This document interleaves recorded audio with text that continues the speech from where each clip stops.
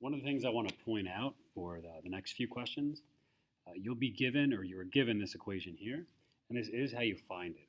The total resistance in a parallel circuit, the total equivalent resistance or the total. I like to rewrite it this way. Mathematically, it is the same equation.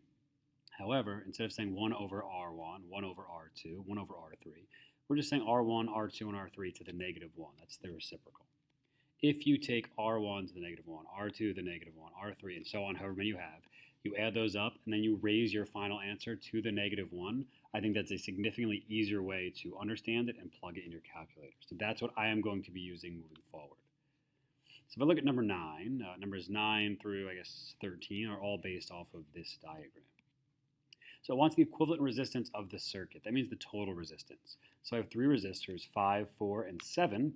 So I just use our equation, 5 to the negative 1, 4 to the negative 1, 7 to the negative 1, add those. And then if I raise that final value to the negative 1, I get a total of 1.69. As I add resistors in parallel, much like the supermarket example where I'm opening more and more registers in parallel, the resistance will drop because now people have several options. We can now have significantly more people travel through this area. For number 10, determine the overall current in the circuit. Well, in the previous question, we determined that the resistance was 1.69. We know the total voltage is 30, so I can use Ohm's law. 30 equals I times 1.69. V equals IR. The current that's leaving this battery is 17.75 amps. Now, number 11, I wrote this in the wrong spot, but the potential difference, which is the voltage drop across the 5 ohm resistor, well, if I leave here and I travel through the 5 ohm resistor, I've only gone through one resistor. Yes, I have 3 options, but if I choose to go through only the 5, I spend all 30 volts. Doesn't actually matter if I chose the second pathway, I also spend the 30 volts, and the third pathway, the same 30 volts, because an electron, no matter what path it chooses, will only go through one resistor. If we look at number 12, Ohm's law comes again, but instead of actually looking at it for the total circuit, we're looking at it just for the 5. So the voltage that the 5 gets is the 30, as explained previously. The resistance is 5. If I use Ohm's law, 6 amps of the 17.75 will go through the 5. So it tells me 17.75 travels here. 6 amps will go this way, meaning that about 9.75 will travel in this direction, and then further split between this leg and this leg. But absolutely 6 of the 17.75 will go through C and B and the 5 ohm resistor. For number 13, similar to the previous problem, the 30 volts that the 7 ohm resistor gets. The 7 ohms of resistance can be used with Ohm's law to figure out 4.29 amps travels through this leg. So to recap from 10 down to 13, 17.75 amps will leave the battery, 6 amps will go to the 5, 4.29 will go to the 7. Whatever's left will travel through the 4. If I take all 3 of these and add them up, the 6, the 4.29, and whatever is in here, that needs to be the 17.75. Because just like in the previous example with the water pipes, if 17.75 comes in, 17.75 must come out. Granted, it can split into different quantities among these 3 paths.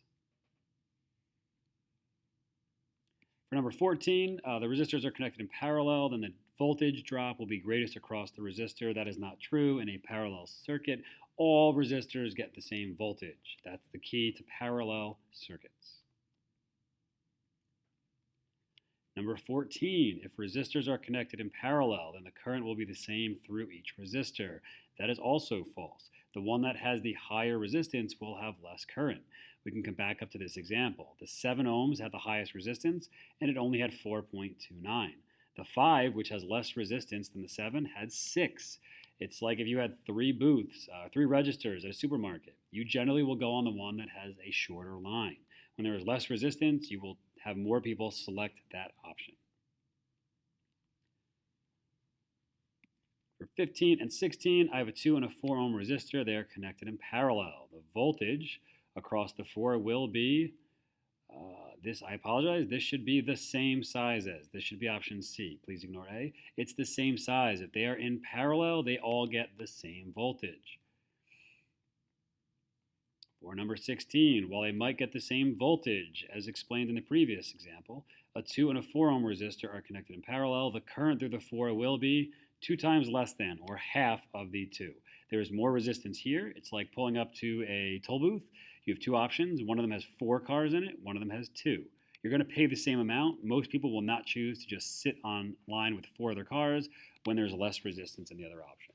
So more resistance means less current.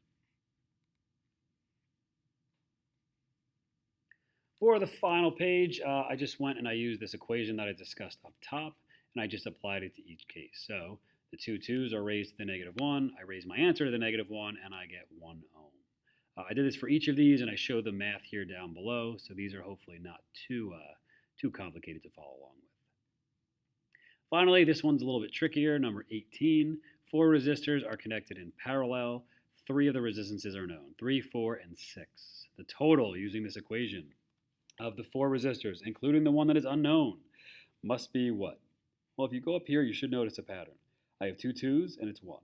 I have 2 4's, and it's 2. 2 6's, it's 3. I have 3 12's, and it's 4. I have 3 5's, it's 1.67. I have an 8 and a 2, it's 1.6.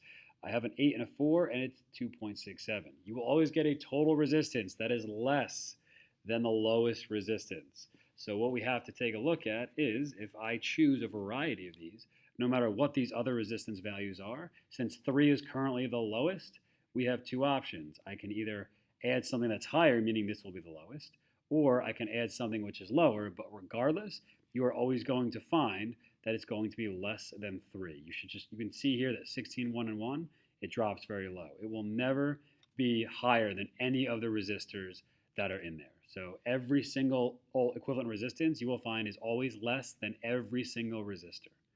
So even if this next one is less than 3, every option is going to have to be less than 3. If I add something that's higher, 3 is the lowest, it'll be less than 3. If I add something that's lower than 3, then the final resistance will be lower than that, which is also lower than 3. So in every case, it will always be lower than every single resistor in a parallel arrangement.